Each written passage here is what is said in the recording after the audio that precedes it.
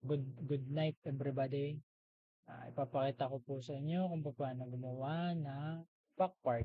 Yung ganito, nasa plate natin. Yung una pong gagawin, dapat tapos na po yung, yung malaking cylinder at yung dito. So, without further ado, sheesh, parang YouTuber na yan, no? So, ang gagawin lang naman ay dapat may hati na po kayo dito sa part na yan. Dapat na ayun na yung ano. So, maglalagay po tayo ng line. Hover nyo lang sa ano, without clicking. Then, click nyo yung center ng bilog. Tapos, dapat po ay nakasnap siya sa 150 degree. Ayun o. Ano, 150 degree. Okay na. Then, from here, lagay kayo ng 36. Enter. Then, 16 dito, papunta doon, click, then 16, and then dito naman sa kabila, 16. Okay na, nagawa niyo na yan. Ngayon, i-extend nyo yung line dito, simula dyan, papunta dito, enter, escape, line uli, click, click, escape.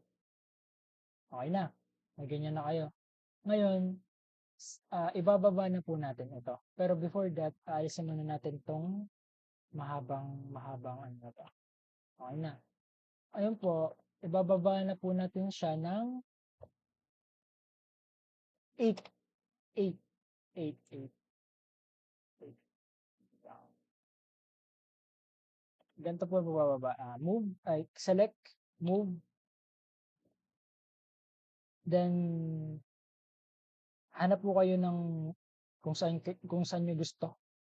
Halimbawa dito, kiklik nyo po. Dapat straight po siya, lalabas yung green na part na yan. Straight siya pababa. Wag yung pipindot sa mouse. Pindutin nyo yung 8 sa keyboard or kahit sa numlock ay sa part na. So 8, bababa yan ng 8 units. After nyong ibaba yan, lalagay kayo ng line simula dito papunta pababa. That is 28, if I am not mistaken. 28 yan. Check ko lang. From here to here. 28. 28. After nyong kunin yung 28, gawa kayo ng ISO. Ito, pagtatoggle po ng isometric ito. Gawa kayo ng ISO circle. Tapos, hanapin niyo yung midpoint ng linya na ginawa natin. Ito yung midpoint. So, kung hindi tama yung orientation ng bilog, ng ellipse, F5 nyo lang. F5 nyo pa. Yan, okay na siya. Tapos, di ba dalawang circle yun? Type nyo 6. Enter. Isa pang isocircle. 40 naman. Kung mapapansin nyo po, sumakta siya doon. Ibig sabihin, tama yung ating measurement. Okay na. Ngayon, ikakopy na po natin ito. Itong malaking circle lang sa labas. Yan lang. Punta kayo doon sa taas. Copy. Nakalagay, specify base point. Pupunta kayo dito sa intersection nila. Click. Wag kayong pipindot. I-drag nyo dito sa intersection naman na isa.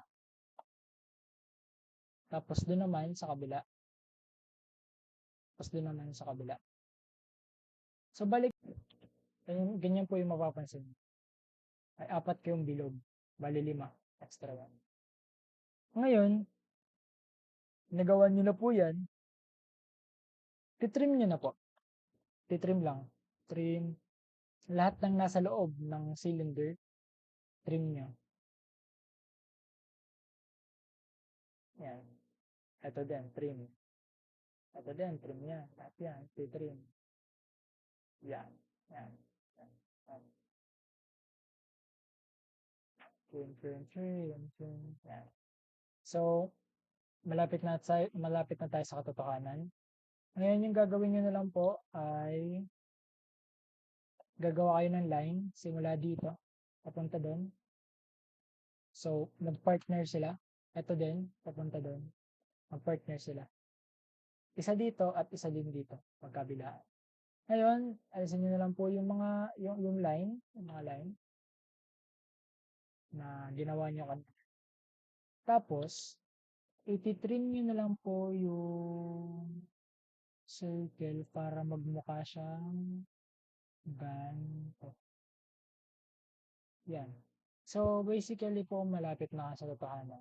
Yung kulang niya lang ay yung eto. So, lagay na lang po kayo ng line.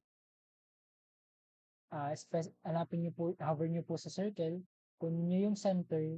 I-drag nyo pababa hanggang pumantay siya dito. Hanggang mag-cross siya dyan. Like this. Drag. Yan. Tapos, pantayin nyo lang po yung 30 degrees pababa.